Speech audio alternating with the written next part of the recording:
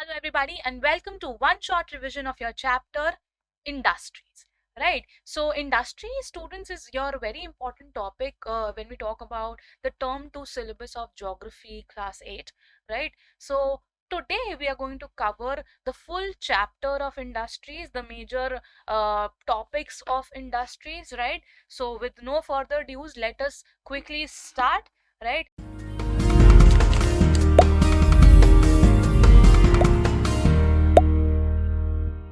So the first thing that I want to tell you today is what are the things that we are going to discuss, right? In this particular video, what are you going to learn till the end, right? So सबसे पहले हम समझेंगे what is an economic activity, what are economic activities, then what are the various sectors of economic activities, then थोड़ा industries के बारे में जानेंगे, what are industries, then leading to that we will talk about secondary activities as well, then classification of industries and factors affecting location and many more concepts related to that, right? So let us quickly go ahead and talk about economic activities, right? So economic activities students a very important concept, and जैसे कि आपको समझ में आ रहा होगा economic activity anything that adds value to our national economy, right? तो अब ये economic activity कौन सी होगी ये समझना बहुत ज़्यादा ज़रूरी है.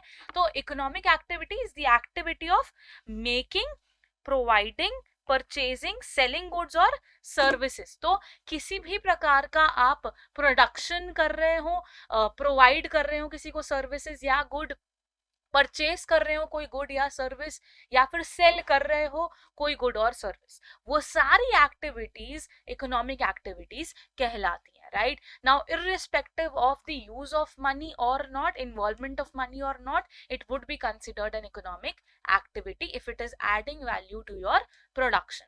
ठीक है, so any action that will involve your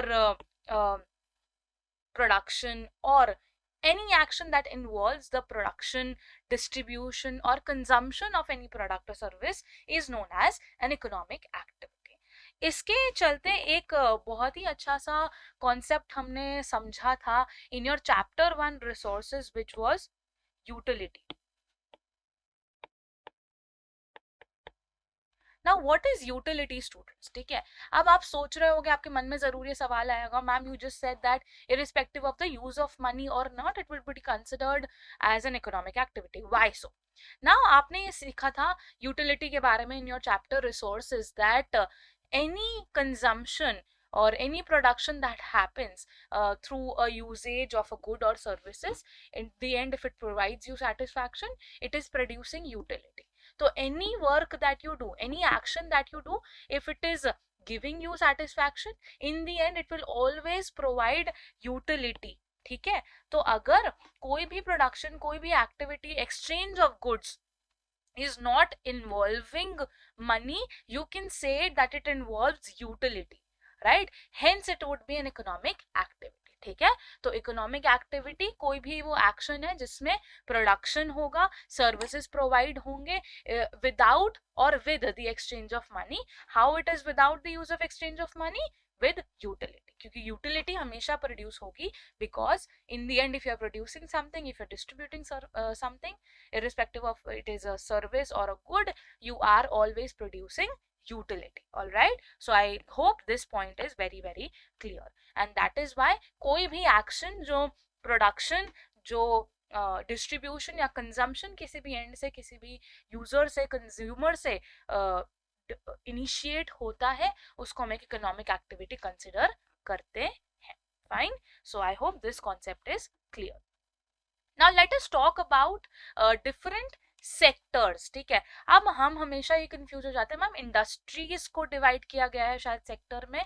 no, the right answer to that is economic activities को ऐसे सेग्रीगेट कर दिया गया है between primary sector, secondary sector and tertiary sector. ठीक है, for example primary is agriculture, dairy, fishing and forestry. ठीक है, अब ये क्या चीजें हैं, ये तीनों चीजें क्या है? प्राइमरी सेक्टर क्या करता है, सेकेंडरी सेक्टर क्या करता है, एंड टर्शरी सेक्टर क्या करता है?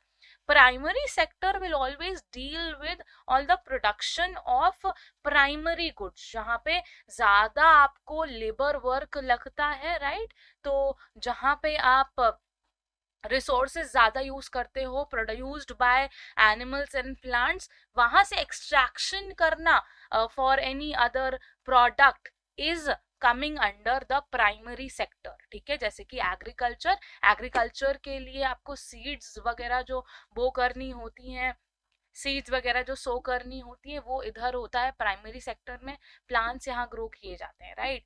डेयरी भी, because we are using an animal for the resource of से एक्सट्रैक्टिंग मिल्क और butter, we put dairy in the primary sector, right. And fishing, fish oil वगैरह हम जो निकालते हैं वो फिशिंग से आता है, तो फिशेस को एक्सट्रैक्ट करना वो प्राइमरी सेक्टर में आएगा। And forestry, for obvious reasons, हम वुड हमेशा फॉरेस्ट से लेते हैं, प्लांट से लेते हैं, hence these sectors where we are using plants and animals for as their primary resource, primary source है हमारा टू प्रोड्यूस समथिंग, उसको हम प्राइमरी सेक्टर के नाम से जानते हैं, राइट। मूविंग अहेड, ये थोड़ा सा रिकैप है students of what you've already studied in your previous classes regarding different sectors, right? तो कोई भी इंडस्ट्री रिलेटेड कॉन्सेप्ट समझने से पहले आपको ये पता होना चाहिए कि क्या क्या और सेक्टर्स भी इन्वॉल्व है, right. So hence I am giving you a quick revision over that. Now I hope primary sector is clear, let's head to the secondary sector, ठीक है। सेकेंडरी सेक्टर ऑब्वियसली मैन्युफैक्चर करती है, जो भी primary sector से produced किया हुआ आया है उसको सेकेंडरी सेक्टर को भेजा जाता है, उसको एक फिनिश्ड गुड बनाने के लिए। फॉर एग्जाम्पल, आपको एक चेयर की फैक्ट्री है, आपकी चेयर वुड फर्नीचर की फैक्ट्री है, राइट। सो वुड कहाँ से आएगा? प्राइमरी सेक्टर से, राइट। वो would primary sector secondary sector को देगा कि आपको इस वुड से चेयर बनानी है, तो चेयर बनाने का काम सेकेंडरी सेक्टर का होता है। Any manufacturing, any procurement of raw materials that involves processing of raw materials comes under the secondary sector, hence we also called it manufacturing industries, ठीक है। I hope this is also very very clear. Let us head to now tertiary sector. Tertiary sector क्या होता है? Service sector बोलते हैं। क्यों? क्योंकि finished good आपने सेकेंडरी सेक्टर में बना दिया, राइट। मैन्युफैक्चरिंग हो गई, एक फिनिश्ड गुड, एक जो फाइनल प्रोडक्ट है वो यहाँ पे बन गया सेकेंडरी सेक्टर में। अब ये सेकेंडरी सेक्टर टर्शरी सेक्टर को फिनिश्ड फाइनल प्रोडक्ट्स दे देंगे कि आप मार्केट में इसको सेल करो, आप कंज्यूमर्स तक इसको रीच आउट करो। हेंस योर इंडियन रेलवेज और सर्विसेज ऑफ अ डॉक्टर और services of a teacher would be coming under the tertiary sector, ठीक है। any service that is given to consume for a consumer, it is all coming under the tertiary sector. I hope all of these three things are very very clear. Primary sector क्या करेगा? Primary काम करेगा, raw materials निकालेगा, बनाएगा, and secondary sector क्या करेगा? उन्हीं raw materials को मैन्युफैक्चर करता है, ठीक है। और मैन्युफैक्चर करने के बाद जब फाइनल प्रोडक्ट बन जाता है वो जाता है टर्शरी सेक्टर में, which is our service sector, जो फर्दर कंज्यूमर्स को वो सेल आउट करते हैं। Now we have understood what are the three sectors. तो हम डिटेल में, हमारा इंडस्ट्रीज चैप्टर है वो सेकेंडरी सेक्टर से डील करता है students. So if you talk about what are industries, so industries वो इकोनॉमिक एक्टिविटी है जो कंसर्न करती है किसी भी प्रोसेसिंग से या मैन्युफैक्चरिंग से of goods but in factories, ठीक है। इंडस्ट्रीज वो होंगी जो इकोनॉमिक एक्टिविटी करती हैं जो सिर्फ प्रोसेसिंग या फिर मैन्युफैक्चरिंग की हो, चीजों को, रॉ मटेरियल्स को मैन्युफैक्चरिंग करना या प्रोसेसिंग करना आता है इंडस्ट्रीज के अंदर, ठीक है। So this is what industries are, जो फैक्ट्री का यूजेज करके रॉ मटेरियल्स को प्रोसेस करते हैं और मैन्युफैक्चर करते हैं, उसको हम इंडस्ट्रीज के नाम से जानते हैं। इतना ही है, इंडस्ट्रीज ये होती हैं। And that is why you have many examples of industries like coal and petroleum industry, coal and petroleum industry, steel industry, tourism industry, ये सारी इंडस्ट्रीज आपके एग्जाम्पल्स हो सकते हैं इंडस्ट्रीज के, ठीक है। चलो now let us go ahead and talk about secondary activities. ठीक है, हमने ऑलरेडी सेकेंडरी सेक्टर के बारे में बात कर ली. अब सेकेंडरी सेक्टर के अंदर इंडस्ट्रीज होती है उसके बारे में बात कर ली. अब बहुत ही इंपॉर्टेंट कॉन्सेप्ट है जो 2 और 3 मार्क्स में पूछा जाता है स्टूडेंट्स, सेकेंडरी एक्टिविटीज क्या होती है. ठीक है, सेकेंडरी एक्टिविटीज या मैन्युफैक्चरिंग की जो एक्टिविटीज होती हैं वो रॉ मटेरियल्स को ऐसे प्रोडक्ट में बेचती हैं, चेंज करती हैं, that adds more value to people. Very important line students, very important concept here that we are going to study. Please ध्यान दीजिए इस बात को कि यहाँ पे लिखा हुआ है secondary activities that changes the raw materials into the products of more value to people. Now what does this mean? Now ये बात समझ देते हैं, एक एग्जाम्पल समझते हैं. ठीक है, तो एग्जाम्पल, मुझे एक मोबाइल फोन चाहिए. ठीक है, I want a mobile phone. I go to a shop and ask the shopkeeper, please give me a mobile. Now what he gives me are the raw materials that he gives me. ठीक है, वो मुझे raw material देता है कि ये ma'am ये chip है, ये प्लास्टिक का कवर है, आप इसको जोड़ के मोबाइल बना लो. क्या मुझे मोबाइल बनाना आता है? नहीं. ठीक है, मुझे तो पढ़ाना आता है, मुझे मोबाइल बनाना नहीं आता. राइट, सो क्या वो रॉ मटेरियल्स मेरे किसी भी काम के आएंगे? Absolutely not. बट अगर मैं शॉपकीपर से मोबाइल मांग रही हूँ मुझे और वो मुझे मोबाइल दे रहा है, it would give me more value because मुझे उसकी जरूरत है. Right, so any raw material will not help me. Raw material will not help me. Always a finished product will help me. A finished product will help me. So a finished product जो है वो कौन बनाता है? Secondary activity से बनता है. Hence always students, raw materials को बदलना into a finished product or a final product is very important, which will always add more value to people. Right? I hope through this example you are able to understand what are secondary activities. ठीक है, सो अभी तक हमने क्या क्या देख लिया? Industries की मीनिंग देख ली, सेकेंडरी एक्टिविटी देख लिया, और अब हम देखेंगे कि सेकेंडरी सिस्टम क्या होता है. राइट, तो आपने अपने कंप्यूटर सिलेबस में पिछले क्लासेस में पढ़ा होगा मैम, इनपुट प्रोसेसिंग यूनिट होता है, इनपुट प्रोसेसिंग आउटपुट होता है कंप्यूटर की लैंग्वेज में. Now in SS also, in social science also हमने ज्योग्राफी में कॉन्सेप्ट इम्प्लीमेंट किया है under the secondary system where you have inputs, processes and outputs. अब इन तीनों के बगैर पूरा सेकेंडरी सिस्टम, पूरी इंडस्ट्रीज अधूरी है. ठीक है, अब वो कैसे? इनपुट्स में स्टूडेंट क्या आ जाएगा? आपका लेबर आएगा, मशीनरी आएगा, raw material. Without these 3 things आपके पास लेबर नहीं, काम करने वाला इंसान नहीं है जो काम करेगा. ठीक है, मशीनरी नहीं है जो आइडियली चेंज करती है रॉ मटेरियल को एक फिनिश प्रोडक्ट में, वो नहीं है, मशीन नहीं है आपके फैक्ट्री के अंदर. राइट, और रॉ मटेरियल्स इटसेल्फ नहीं है, तो काम स्टार्ट ही नहीं हो पाएगा. राइट, तो इन तीनों के बगैर कोई भी काम चालू नहीं हो पाएगा. हेंस इसको हम इनपुट में रखते हैं कि इनको अगर हम पहले रखेंगे तो ही प्रोसेसिंग चालू होती है. ठीक है, so inputs will include your labour, your machinery and your raw materials. ठीक है, अब आते हैं प्रोसेसिंग पे. प्रोसेसेस क्या होंगे? ये सारी इनपुट्स को लेके प्रोसेस किया जाता है, एंड इस प्रोसेस में क्या है? The task that needs to be completed for production. Obviously the entire change we just studied in the secondary activity कि जो भी change होता है raw material में into a final product, we talk about it in the processing area. ठीक है, अब processing में जैसे कि मैंने बात करी, फाइनल प्रोडक्ट यही बन जाता है. राइट, तो उसको आगे भेजने का, अब आपने देखा होगा फैक्ट्रीज के अंदर सिर्फ बना करके मशीन में रख देते हैं बना हुआ प्रोडक्ट, ऐसा नहीं है.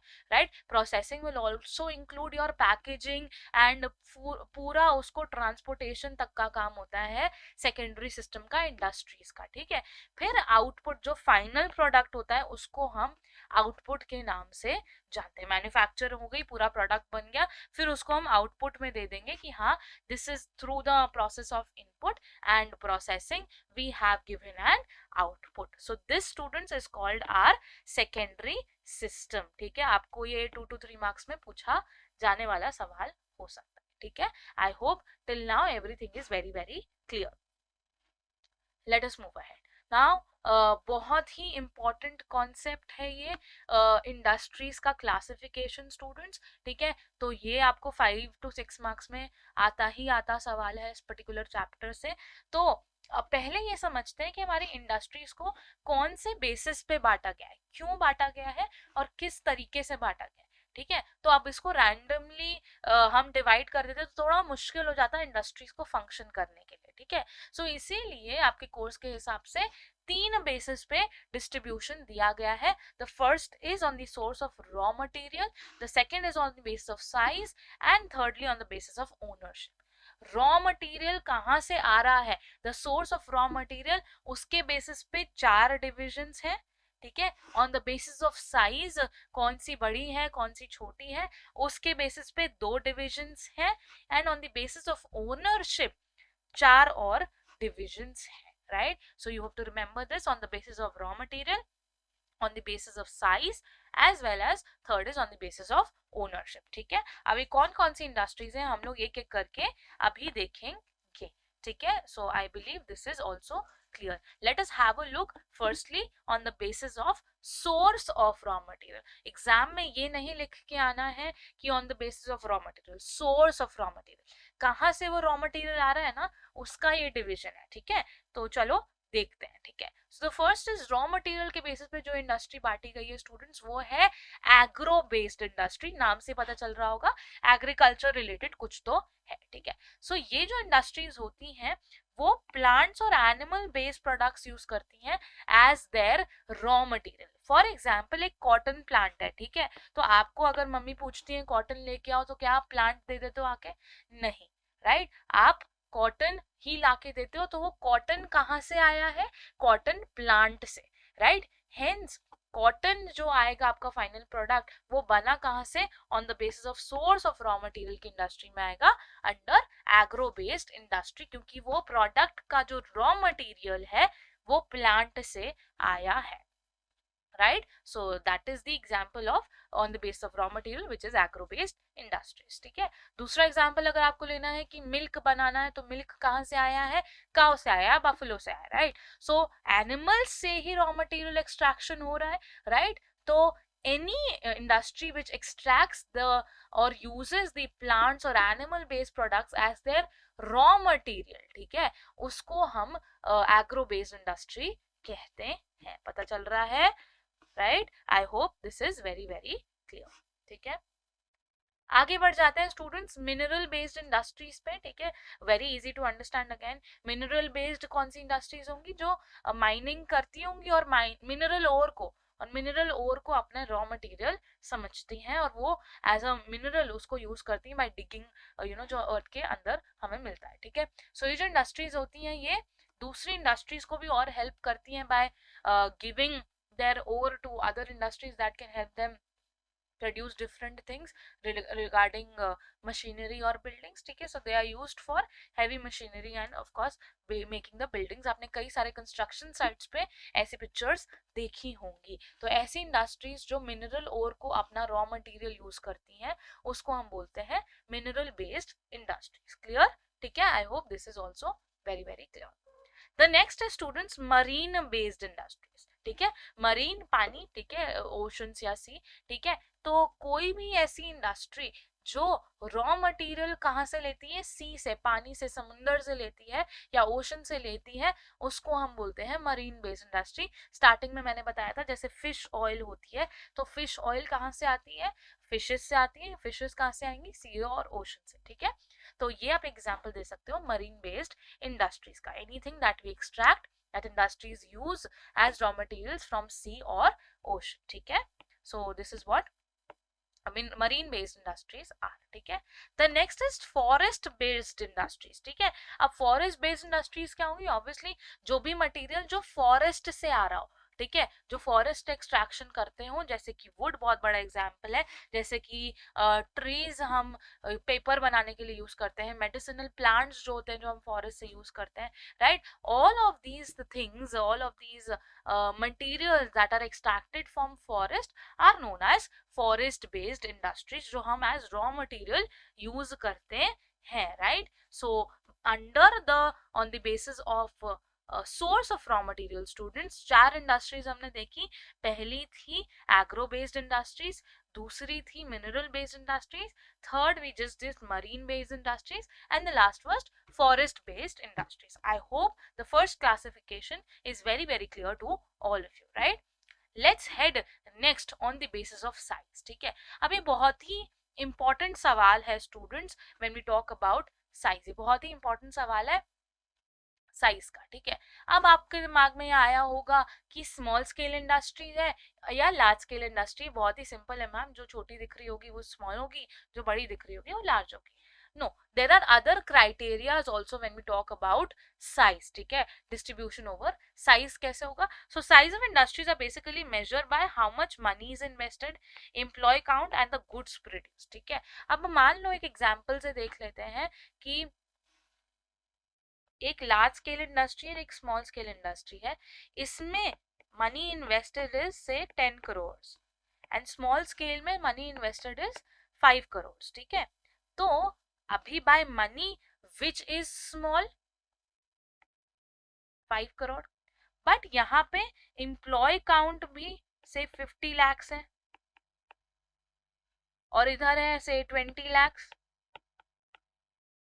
और गुड्स प्रोड्यूस्ड पर डे का समझ लो 10,000 गुड्स प्रोड्यूस्ड होते हैं और इधर सिर्फ 5,000 ही गुड्स प्रोड्यूस्ड होते हैं।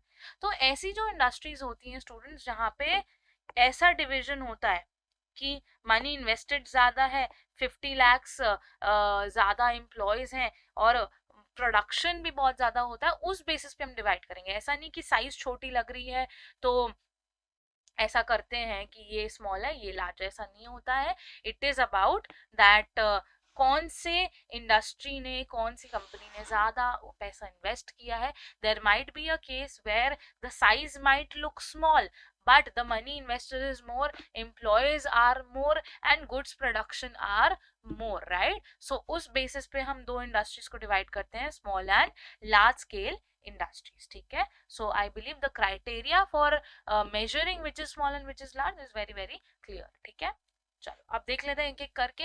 स्मॉल स्केल इंडस्ट्री स्टूडेंट्स वो इंडस्ट्रीज है जिसमें लेस कैपिटल लगता है। Now what is capital? वो स्टेट्स इन कैपिटल वाला कैपिटल नहीं, capital is any money invested in any business. ठीक है, कोई भी प्रकार का अमाउंट, किसी भी प्रकार का मनी इज इन्वेस्टेड, कोई भी पैसा जब बिजनेस में लगाया जाता है उसको हम कैपिटल के नाम से जानते हैं। तो कोई भी ऐसी इंडस्ट्री जिसमें लेस कैपिटल हो और कम टेक्नोलॉजी इन्वेस्टमेंट हो। ठीक है, ये जो यूजुअली होते हैं मैनुअल लेबर यहाँ पे ज्यादा देखा जाता है, रीजन बीइंग कि लोगों के पास अपॉर्चुनिटीज कम होती हैं, इसलिए लोगों को ज्यादा लिया जाता है, टेक्नोलॉजी का यूजेज कम करवाना होता है, तो यहाँ पे लोग ज्यादा दिखेंगे बट टेक्नोलॉजी और कैपिटल वाइज कम होती है। हेंस इसको हम हमेशा स्मॉल स्केल इंडस्ट्रीज में ही देखते हैं। ठीक है, your example can be pottery जो बनाते हो, बास्केट वीविंग जो करते हैं, या फिर हैंडीक्राफ्ट्स बनाने वाले जो लोग होते हैं, वो सारे लोग स्मॉल स्केल इंडस्ट्रीज में आते हैं। ठीक है, The next is large scale industries. As the picture can rightly tell you that the capital investment is more here, larger है, advanced technology भी यहाँ पे use होती है, hence हम इसको large scale industry के नाम से जानते हैं। ठीक है, here your examples can be automobile industry या फिर heavy machinery जहाँ पे बनाई जाती होगी, तो इसको हम लार्ज स्केल बोलेंगे क्योंकि यहाँ पे capital invested is large as well as advance technology भी यूज करी जाती है। I believe this is also very clear. ठीक है, समझ में आ गया एवरीबॉडी? गुड। ठीक है, चलो अब आगे बढ़ जाते हैं डिविजन और the classification on the basis of ownership. ठीक है, अब पहले शब्द को समझ लेते हैं। Ownership, ownership is derived from the word obviously owner. ठीक है, किसी भी चीज को ओन करना या ये मेरा है ये कहना। ठीक है, तो ये लीगली जब चीज होती है उसको हम ओनरशिप बोलते हैं। ठीक है, सो ownership के basis पे students, like we have discussed when we saw the flow chart, we discussed that there were 4 industries here. ठीक है, so सबसे पहला बात कर लेते हैं प्राइवेट सेक्टर। प्राइवेट मतलब अलग से काम करना, right, as the name only rightly suggest. तो private industries will always have businesses that are owned and operated by an individual और ग्रुप ऑफ इंडिविजुअल्स. एक इंडिविजुअल या बहुत सारे इंडिविजुअल्स मिलके जब एक कंपनी को ओन करते हैं या ऑपरेट करते हैं वो खुद, तो उसको हम बोलते हैं प्राइवेट सेक्टर इंडस्ट्रीज. और example can be Reliance, right. Reliance में जो अंबानी है वो ओन करते हैं completely and he manages and operates as well, right. So इसका एग्जांपल आप प्राइवेट सेक्टर में यूज कर सकते हो. और भी बहुत सारे एग्जांपल है. फॉर एग्जांपल मुझे एक कंपनी खोलनी है, तो मैंने मान लो स्टेशनरी की कंपनी खोली, तो that company would come under private sector क्योंकि मैंने एज एन इंडिविजुअल खोली है, ठीक है. So all the industries that are owned privately, that are operated privately by an individual और ग्रुप ऑफ इंडिविजुअल्स, उसको हम प्राइवेट इंडस्ट्रीज के नाम से जानते हैं, ठीक है, right. So this must be very very clear. आगे बढ़ जाते हैं पब्लिक सेक्टर इंडस्ट्रीज पे, ठीक है. पब्लिक मतलब क्या, ठीक है, पब्लिक मतलब हम लोग जनता, राइट. तो यहाँ पे जनता ओन करती है ऐसा नहीं है, बट जो गवर्नमेंट हमारी है वो भी हमारी है, राइट. सो कई बारी आप ऐसा करते होगे दैट पब्लिक प्रॉपर्टी है ऐसा बोला जाता है, राइट. क्यों? क्योंकि वो गवर्नमेंट ने बनाई होती है, राइट. आप गार्डन में जाते हो, आप रोड्स पे चलते हो, व्हीकल चलाते हो, तो ये सब बनाया तो आइडियली गवर्नमेंट ने, लेकिन क्यों हम उसको पब्लिक प्रॉपर्टी बोलते हैं? Because anything that is of government, any building that a government makes, anything that a government makes for that matter is for the public. Why public? Because हम लोग जो टैक्स देते हैं उन्हीं अमाउंट से ये सारी चीजें बनती हैं. Hence it is known as public sector industries but are owned and managed by the government. Okay, बनाता कौन है? Through the tax money government हमें ये सब चीजें provide करती हैं which are in usage for everyone, ठीक है. So that is why we call it public sector industries. कई लोग ऐसे भी करते हैं कि गवर्नमेंट ने बनाया है तो चलो उसको डर्टी कर देते हैं. ऐसा नहीं करना चाहिए, राइट. बिकॉज अल्टीमेटली ये आप ही का अमाउंट है, आप ही का पैसा जो लगा हुआ है इन सारी चीजों को कंस्ट्रक्ट करने में, ठीक है. सो you should not be destroying any public property, right, ठीक है. चलो एग्जाम्पल की बात ले लेते हैं. तो यहाँ पे आपने हिंदुस्तान एरोनॉटिक्स लिमिटेड जो है या फिर सेल के बारे में सुना होगा, steel authority of India, right. तो ये सब जो चीजें हैं ये दोनों ही ऑर्गेनाइजेशंस पब्लिक सेक्टर के अंदर आती हैं. पब्लिक सेक्टर अंडरटेकिंग्स के बारे में आपने सुना होगा, ठीक है. So under that public sector is there and public sector like I told you owned and managed by the government, ठीक है. आई होप बोथ प्राइवेट और पब्लिक क्लियर है एवरीबॉडी, राइट. तो प्राइवेट में it is owned by private individuals, particular individuals owned and operated by them. Public में it is owned and managed by the government, right, क्योंकि public भी उसको use करती है इसलिए हम उसको पब्लिक सेक्टर के नाम से जानते हैं, ठीक है. आगे बढ़ते हैं. जॉइंट सेक्टर इंडस्ट्रीज क्या होती है, ठीक है. अब आपको वर्ड से ही समझ में आ रहा होगा जॉइंट सेक्टर इंडस्ट्रीज, तो कुछ चीजें मिली होंगी. तो कई बार ऐसा होता है स्टूडेंट्स दैट एन इंडिविजुअल और the government wants to together work, ठीक है. फॉर एग्जाम्पल मारुति उद्योग की एक इंडिविजुअल होंगे, ठीक है, जिन्होंने कंपनी खोलने की इच्छा रखी होगी, और एक वो प्राइवेट सेक्टर है, और पब्लिक जो सेक्टर है जो गवर्नमेंट है उन्होंने भी बोला कि हमें भी इसमें कोलैबोरेट करना है. तो इसको मिला के बन गया हमारा joint sector industries where private as well as public club हो जाते हैं ताकि हम साथ में जॉइंटली ऑपरेट कर पाए. तो इसको हम बोलेंगे joint sector industries. Maruti Udyog can be the example, okay. So यहाँ पे हम बोलते हैं इसको जॉइंट सेक्टर इंडस्ट्रीज, जहाँ पे दोनों इंडिविजुअल्स भी और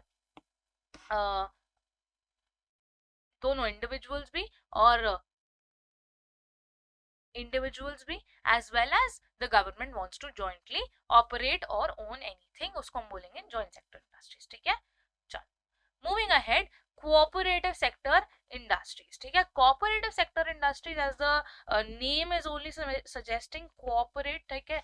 कुछ तो कोऑपरेशन के रिलेटेड है, राइट. तो इसका मतलब ये है स्टूडेंट्स कि कभी भी they are operated by the suppliers, producers, workers of raw material.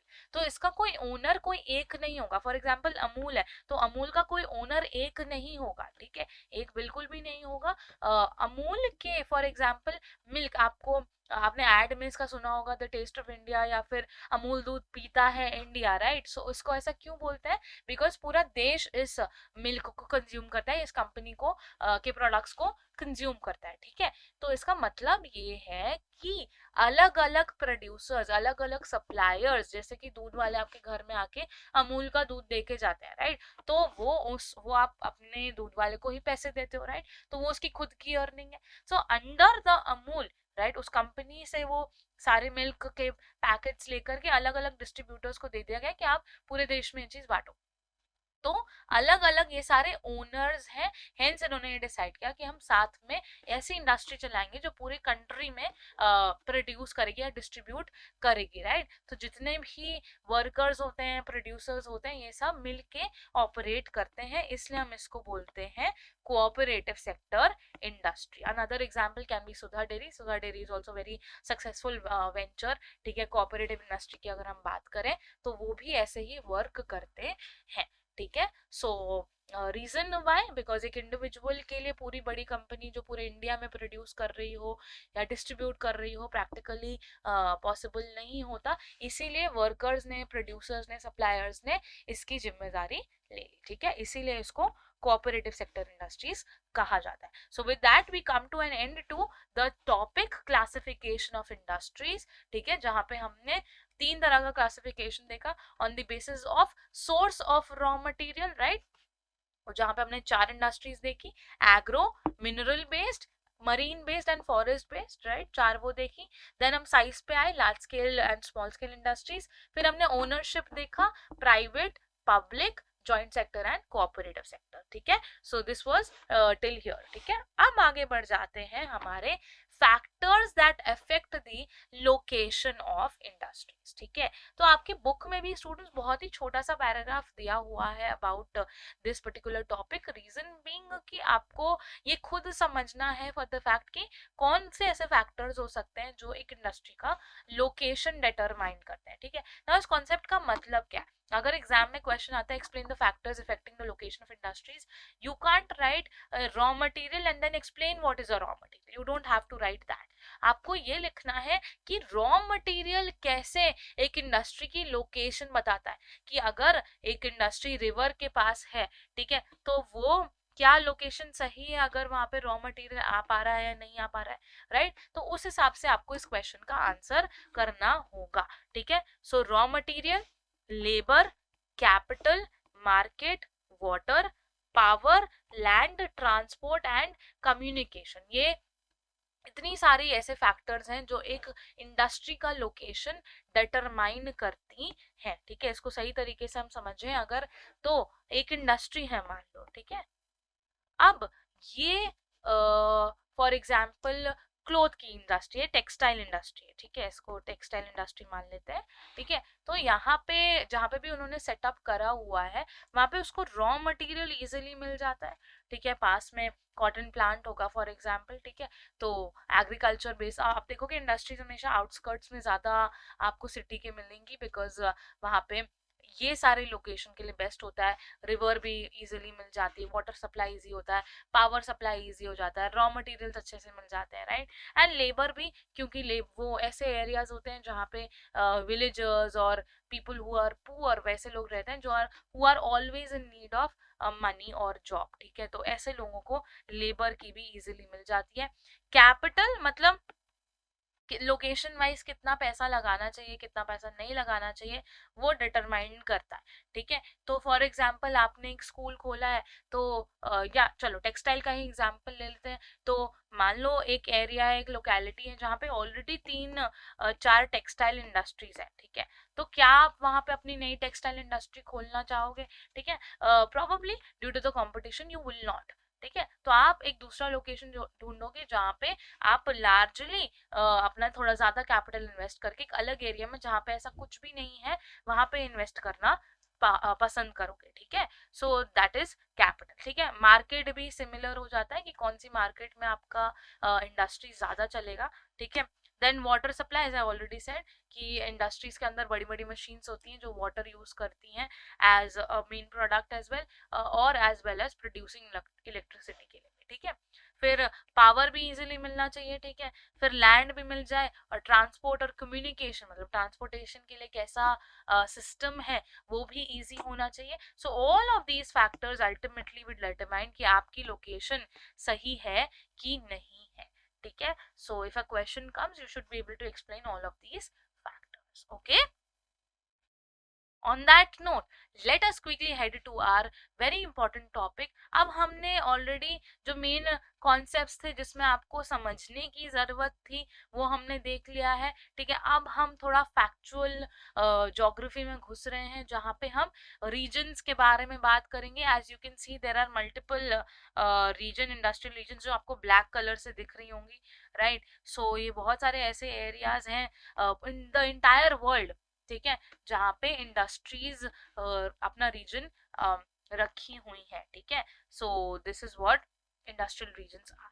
Now very important concept here is that कि इंडस्ट्रियल रीजन्स कैसे बनते हैं, ठीक है। सो इंडस्ट्रियल रीजन्स जो है स्टूडेंट्स वो इमर्ज करते हैं जब बहुत सारी इंडस्ट्रीज एक ही जगह पे एक साथ पास पास आ जाती हैं ताकि वो एक दूसरे की हेल्प कर सकें, बिकॉज आपको यहाँ पे दिख रहा होगा they locate close to each other and share the benefits of their closeness. Industrial region हम इसी को बोलते हैं कि जब ऐसी लोकेशन पे जहाँ पे एक से ज्यादा इंडस्ट्री आई, ठीक है।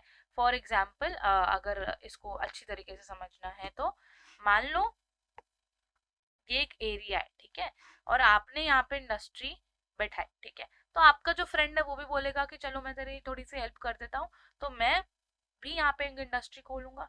फिर मेरा जो एक फ्रेंड है वो भी खोलेगा, फिर फ्रेंड का फ्रेंड भी खोलेगा।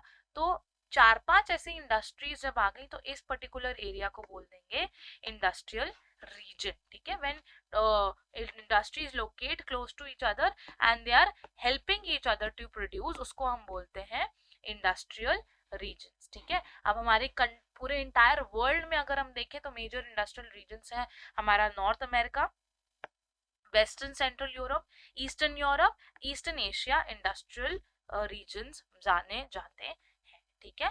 सो this is what industrial regions are, ठीक है। बहुत ज्यादा इसमें लर्न करने जैसा थोड़ा ज्यादा है, लेकिन अगर आप इसको समझ लें इजीली तो बहुत ही सिंपल कॉन्सेप्ट है, ठीक है।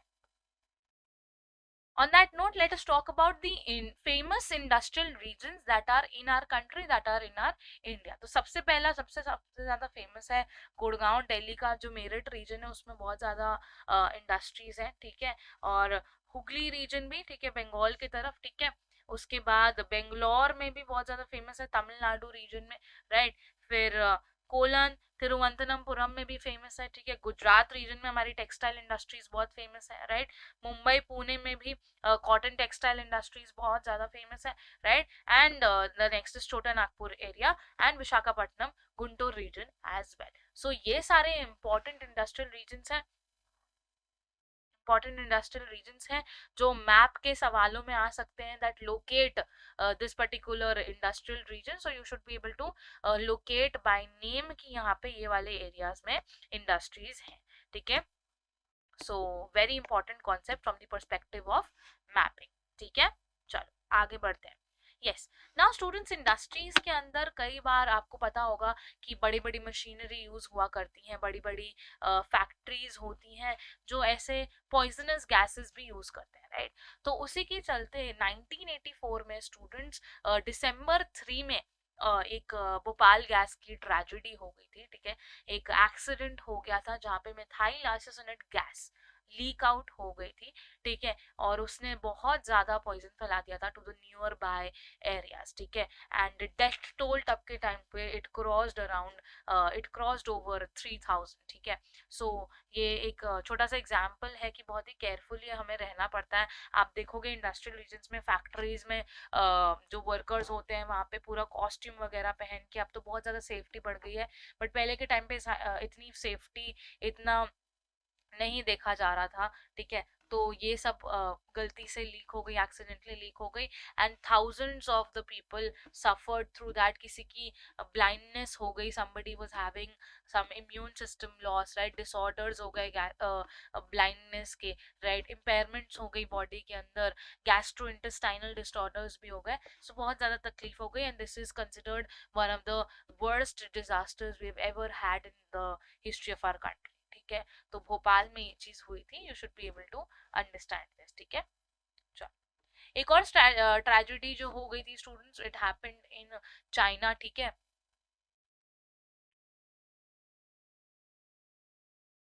एक और ट्रेजेडी जो हो गई थी students, it happened in China. ठीक है, on December 23 2005 gas blow out हो गया था, ये भी गैस फैल गई थी। ठीक है, एंड इसमें भी कम तादाद में, कम से कम लोग, पिछले भोपाल गैस से अगर आप कंपेयर करो तो कम लोग मरे थे, लेकिन यहाँ पे भी अच्छा खासा नंबर इंजर्ड हो गया था। Over 9,000 people got injured and 64,000 people were evacuated. Evacuated मतलब वहां से उनको निकाला गया था। एंड अगेन ऐसा कोई भी ट्रेजेडी होती है, सो फॉर ऑब्वियस रीजंस बहुत सारे लोग मरते हैं, बहुत सारा यू नो एलिमेंट्स हो जाते हैं, बहुत सारे डिजीजेस हो जाते हैं, right. So many people died because explosion के टाइम पे, ब्लो आउट के टाइम पे वो लोग भाग नहीं पाए, वो लोग एस्केप नहीं कर पाए, तो ये भी सडनली हो गया। तो मार्केट में ऐसा, जो आसपास के लोग हैं obviously they would not able to run away so quickly, and ये गैसेस जो होती हैं बहुत ही इजीली स्प्रेड हो जाती हैं, right.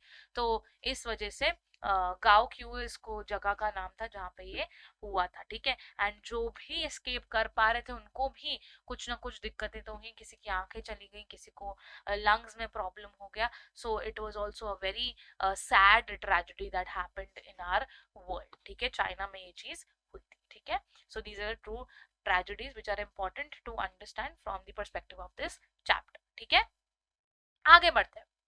Distribution of major industries, very important topic students. जब हम बात करते हैं कौन सी ऐसी इंडस्ट्रीज हैं जो हमारी कंट्री में बहुत ज़्यादा फेमस है, जो हमारे वर्ल्ड में बहुत ज़्यादा फेमस है, तो on the basis of what industries are always on top, या कौन सी इंडस्ट्री ज़्यादा चलने लगती है आजकल या पुराने से डेकेड्स में। So there are distribution of 3 world popular जो मेजर इंडस्ट्रीज हैं, वो 3 बांटी गई हैं 3 इंडस्ट्रीज में। The first is iron and steel industry, the second is cotton textile industry, and the third is information technology industry। ये तीनों इंडस्ट्रीज को बांटा गया है when we talk about the distribution of major industries। तो हमारी country में भी सबसे मेजर इंडस्ट्रीज यही सारी चीजें हैं। ठीक है, एक एक करके इन इंडस्ट्रीज को देखते हैं। ठीक है, आयरन एंड स्टील इंडस्ट्री। ठीक है, अब as the name only suggest, ये आयरन ओर को यूज करते होंगे एज देयर रॉ मटेरियल्स। ठीक है, पूरे अपने इंफ्रास्ट्रक्चर में बहुत सारा लेबर, बहुत सारा कैपिटल, बहुत सारी साइट्स लगती हैं, मशीनरी रखती हैं इनटू द इनपुट्स। ठीक है, एंड फिर इस आयरन ओर को स्टील में कन्वर्ट करने के लिए बहुत सारे स्टेजेस लगते हैं। ठीक है, सो इस रॉ मटेरियल को ब्लास्ट फर्नेस में रखा जाता है जहाँ पे स्मेल्टिंग होती है। स्मेल्टिंग मतलब हीट दी जाती है ताकि आयरन ओर थोड़ा मेल्ट हो जाए और इजिली मोल्ड हो जाए into a shape that we want. ठीक है, सो अगर आपको क्लियरर पिक्चर देखना है कि मैम कैसे ये चीज होती है, so this is how it happen students. Raw material ये सारे हैं, इसको पहले थोड़ा सा हीट करके ऐसे ब्लास्ट फर्नेस में डाला जाता है, राइट। यहाँ पे मेजर स्मेल्टिंग होती है। ठीक है, जहाँ पे स्टील मेकिंग आपको दिख रहा होगा। ठीक है, यहाँ पे और पूरा हीट हो रहा है, उसके बाद हीट होने के बाद उसको थोड़ा सा ठंडा किया जाता है, रिफाइनिंग करी जाती है। उसके बाद कंटिन्यूस कास्टिंग होती है। कंटिन्यूस कास्टिंग मतलब रोल जैसे उसमें रखते हैं ताकि लेयरिंग लेयरिंग बन जाए और फाइन हो जाए। उसके बाद उसके मोल्डिंग में डाला जाता है, राइट। तो उसको फिर सेमी प्रोडक्ट्स बनने के लिए, सेमी फिनिश प्रोडक्ट्स बनने के लिए उसको मोल्ड्स में डाल के उसको सेट किया जाता है। फिर उसको और हीट करते हैं ताकि वो जो सेट किया हुआ है उसको और अच्छा शेप मिल पाए। शेप मिलने के बाद रोलिंग वगैरह होती है और हीट दिया जाता है। उसके बाद उस हीट के बाद जो हमें जिस शेप में चाहिए वैसे प्रोडक्ट्स बन जाते हैं। ठीक है, सो मेनली इसमें हीट का बहुत ज्यादा हाथ होता है students. This is how the iron ore gets converted into the steel industries. ठीक है, so this is a very important idea of how our iron ore is converted into our steel. ठीक है। अब जो अलॉयज होते हैं ना, ये जो स्टील को जो हार्डनेस देते हैं, टफनेस देते हैं, ये रस्ट को रेजिस्ट करता है, राइट। आपने बहुत सारे स्टील के हैंडल्स पे देखा होगा कि रस्ट, एक ब्राउन कलर का थोड़ा रस्टी रफ सा सरफेस आ गया है, राइट। तो ये जो एलॉयज होते हैं, जो एलॉयज मतलब जो और मटेरियल्स हम ऐड करते हैं स्टील को बेहतर बनाने के लिए, और लाइमस्टोन ऐड करते हैं, राइट, हार्ड सब्सटेंसेस ऐड करते हैं एलॉयज बनाने के लिए, स्टील को अलग सा हार्डनेस देते हैं ताकि रस्ट ना बने, ठीक है।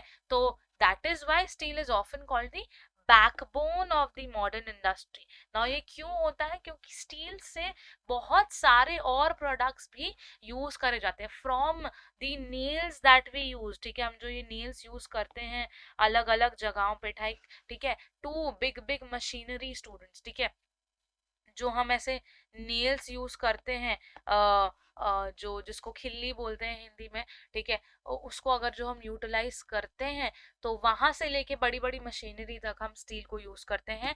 Hence it is known as our backbone of the modern industry, because कुछ ना कुछ तो हम आयरन का यूटिलाइज करके टूल्स या मशीनरी इन मेटल्स से बनाया करते हैं, ठीक है, and that is why steel is known as the backbone of our modern industries, ठीक है।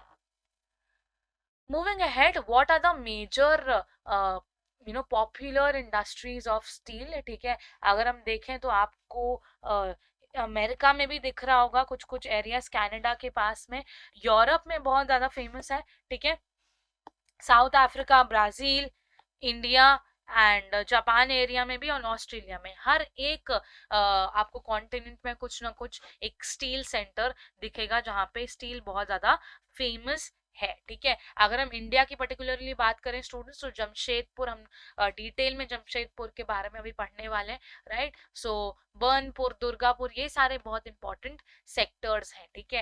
And if you talk about particularly states, तो उड़ीसा, झारखंड, वेस्ट बंगाल, छत्तीसगढ़, ये सारे ऐसे एरियाज हैं जहाँ पे इंपॉर्टेंट स्टील सेंटर्स है, ठीक है। सो जहाँ पे बहुत सारे रिसोर्सेज, लोकल रिसोर्सेज को यूज करके अलग अलग स्टील सेंटर्स बनाए जा रहे हैं। सो this is what your map point of view से भी बहुत ज्यादा इंपॉर्टेंट है, ठीक है।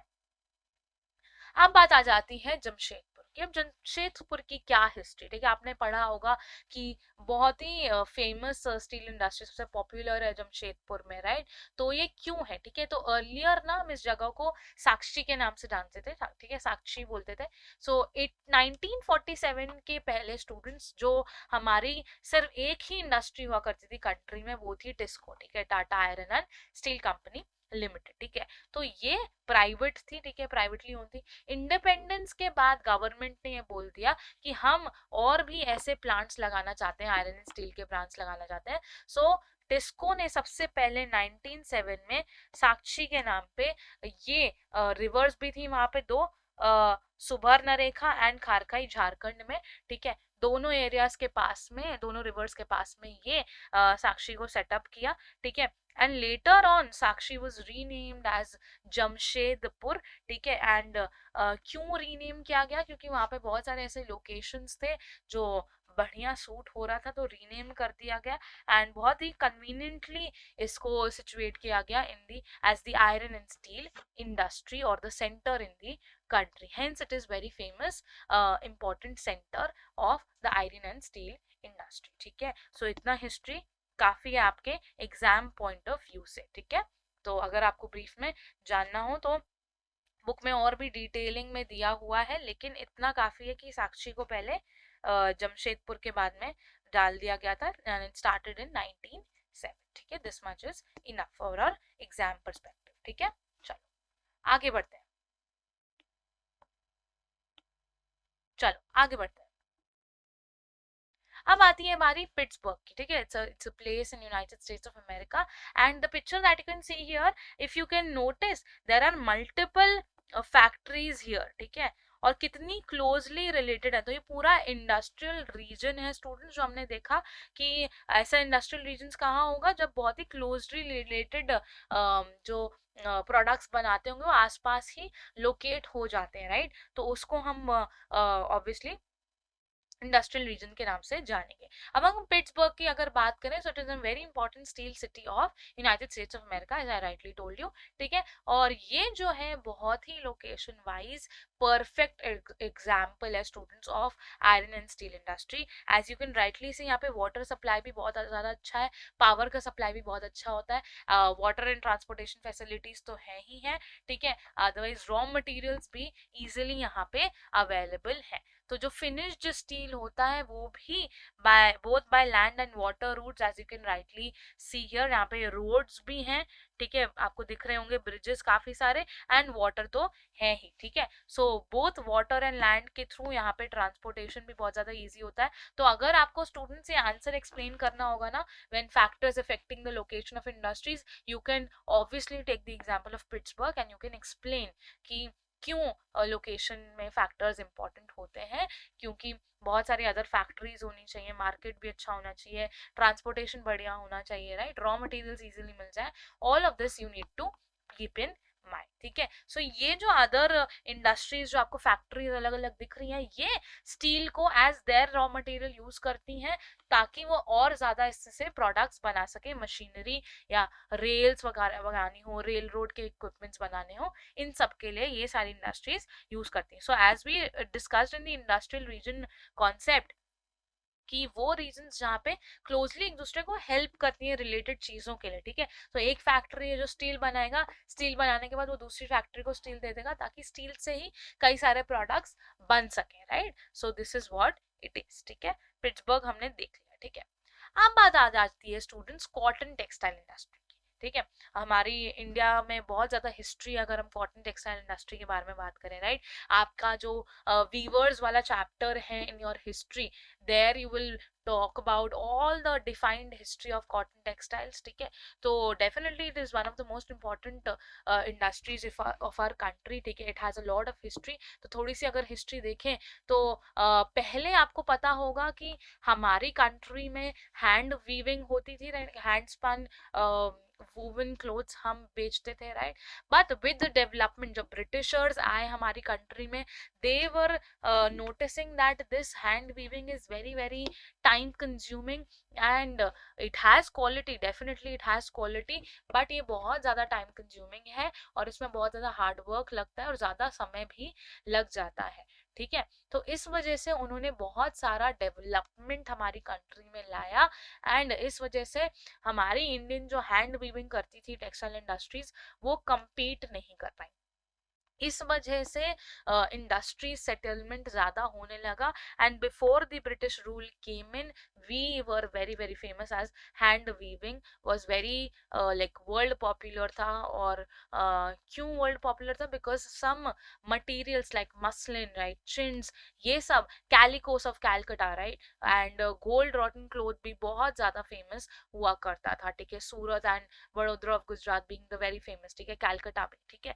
तो ये सारी चीजें बहुत ज्यादा फेमस हुआ करती थी, लेकिन जब से हैंड वुवन कॉटन टेक्सटाइल्स से एक्सपेंसिव भी होती थी, क्योंकि वो हैंड वीविंग है तो उसका पैसा भी ज्यादा होता था और टाइम कंज्यूमिंग तो होती थी, कंपटीशन फेस नहीं कर पाए फ्रॉम द न्यू टेक्सटाइल्स जो इंग्लैंड ऑलरेडी वेस्टर्न कल्चर से आ रही थी। इसीलिए, क्योंकि वेस्टर्न कल्चर चीप और अच्छे क्वालिटी के प्रोडक्ट्स भी निकल रहे थे, तो हमारी hand weaving industry, handloom industries ज्यादा देर तक चल नहीं पाई और ज्यादा इंडस्ट्रियल यूनिट्स हमारे ब्रिटिश एरा में इंडस्ट्रीज ने सेटअप कर लिए, ठीक है। So if you talk about various mills, cotton industry mills in our country, so the first successful textile mill was established in Mumbai in 1854, ठीक है। एंड क्यों, अगर आपको सवाल आता है कि क्यों मुंबई में ही क्यों किया, तो मुंबई में क्यों इसलिए किया क्योंकि बहुत ही ज्यादा वार्म क्लाइमेट था, मॉइस्चर वहां पे बढ़िया था, ठीक है, क्लोथ्स को जैसी रिक्वायरमेंट होती है, ठीक है।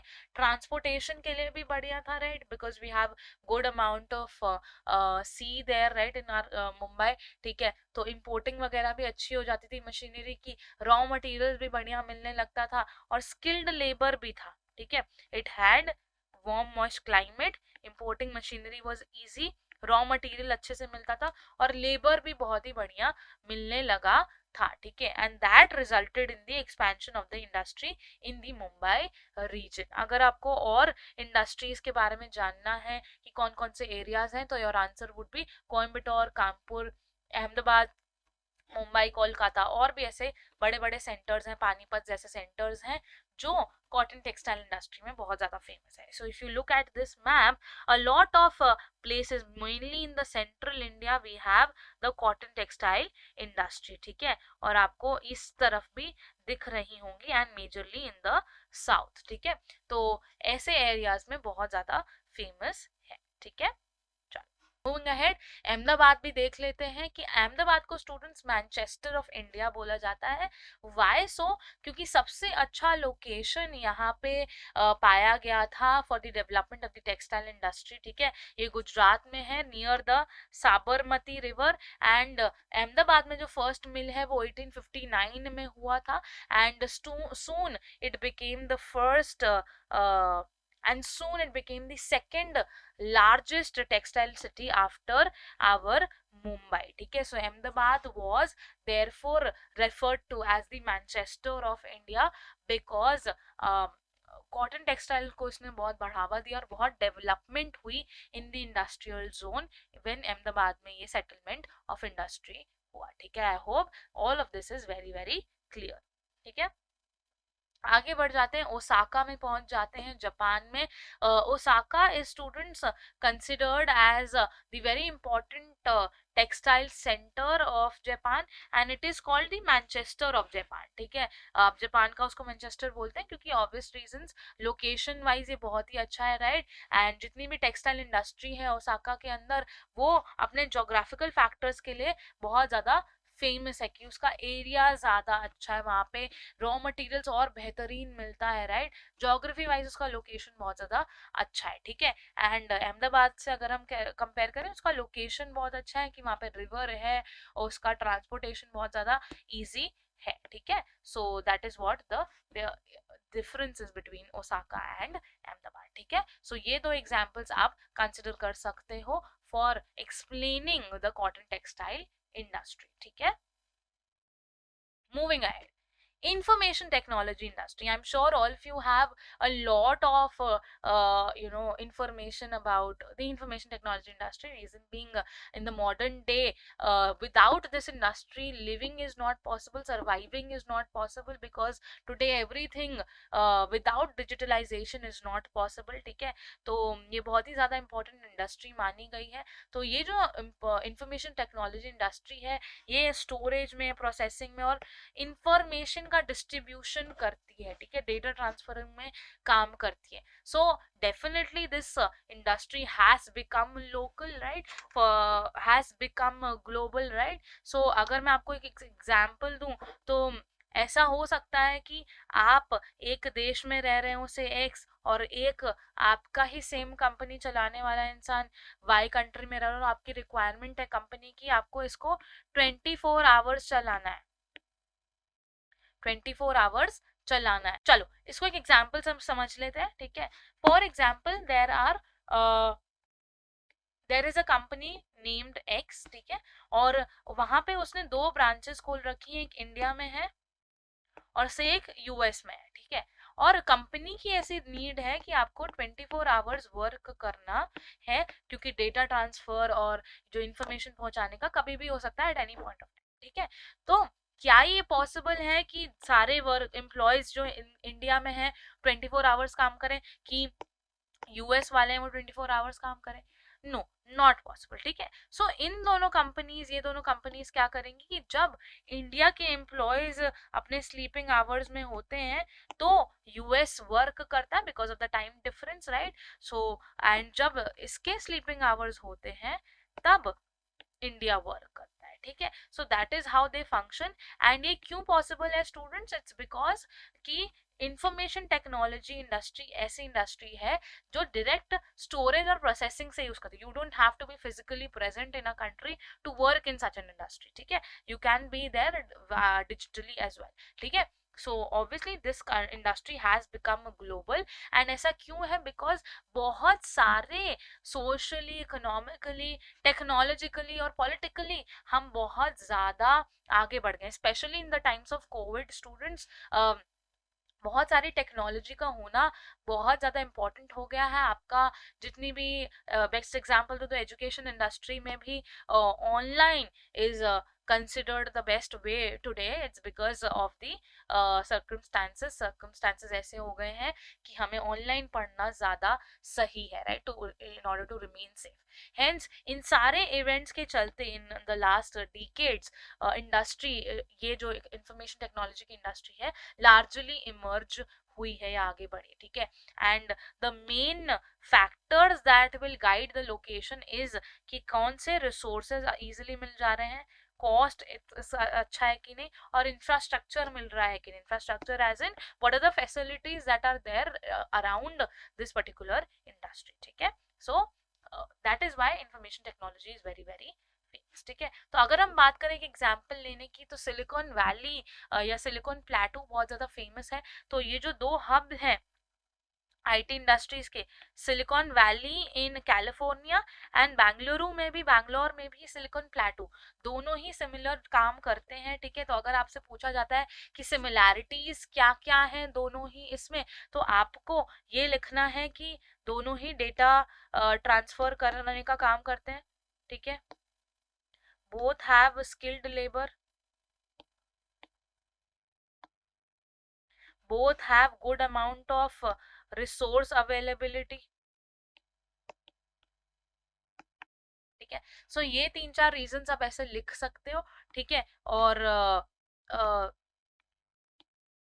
ऐसे आप लिख सकते हो, और ये भी बहुत ज़्यादा इम्पोर्टेंट है। However you need to understand that Bangalore के अंदर सबसे ज़्यादा ये माना जाता है, if you compare to California and Bangalore, we can understand that unique advantage इसको इसलिए है कि यहाँ के जो टॉप और मैनेजरियल लेवल के जो लोग हैं वो हाईएस्ट टैलेंट के माने जाते हैं, ठीक है। सो अगर क्वेश्चन आता है क्या क्या सिमिलैरिटीज हैं दोनों के बीच में, तो जैसा कि मैंने बताया, स्किल्ड लेबर और ये सब आप लिख सकते हो, कॉस्ट लिख सकते हो, ठीक है, अवेलेबिलिटी ऑफ रिसोर्सेज लिख सकते हो। However you can also mention that ज़्यादा एडवांटेज बेंगलोर को है because it has highest management talents, ठीक है। So this can be said, ठीक है। And with that, students, we come to the end of our one short revision of industries. I hope the concepts that have been taught to you were very clear to all of you, ठीक है। एक quick revision अगर हम करना हो कि कौन कौन से टॉपिक्स हमने पढ़े, तो सबसे पहले हमने देखा कि इकोनॉमिक एक्टिविटीज क्या होती हैं। Then we talked about the various sectors the economic activities are divided into with many examples, right. फिर हमने पढ़ा इंडस्ट्रीज क्या होती हैं, इंडस्ट्रीज के अंदर सेकेंडरी सेक्टर को डिटेल में जाना, उसके बाद सेकेंडरी एक्टिविटीज जानी, सेकेंडरी एक्टिविटीज के बाद हमने सेकेंडरी सिस्टम देखा, उसके बाद हम आए डिफरेंट क्लासिफिकेशन ऑफ इंडस्ट्रीज में, राइट। जो 3 डिविजन्स हैं उसके आगे भी और सारी इंडस्ट्रीज के एग्जांपल्स हमने देखे, right, that was seen. After that we talked about industrial regions in the world as well as in our country, India में कौन कौन सी इंडस्ट्रियल रीजन्स हैं। Then we talked about different distribution of major industries, ठीक है, cotton textile, iron and steel, and lastly information technology industries के बारे में हमने बात करी। इंडिविजुअल भी कई सारे एग्जांपल्स देखे और उनके लोकेशंस भी देखी, एंड वी आल्सो अंडरस्टूड कि कौन से ऐसे फैक्टर्स होते हैं जो किसी भी इंडस्ट्री को अफेक्ट करते हैं, right. So I hope the concepts are very clear, and thank you for watching the video till the end. I hope you have a good day. Take care, and I'll see you in the next video. Bye bye.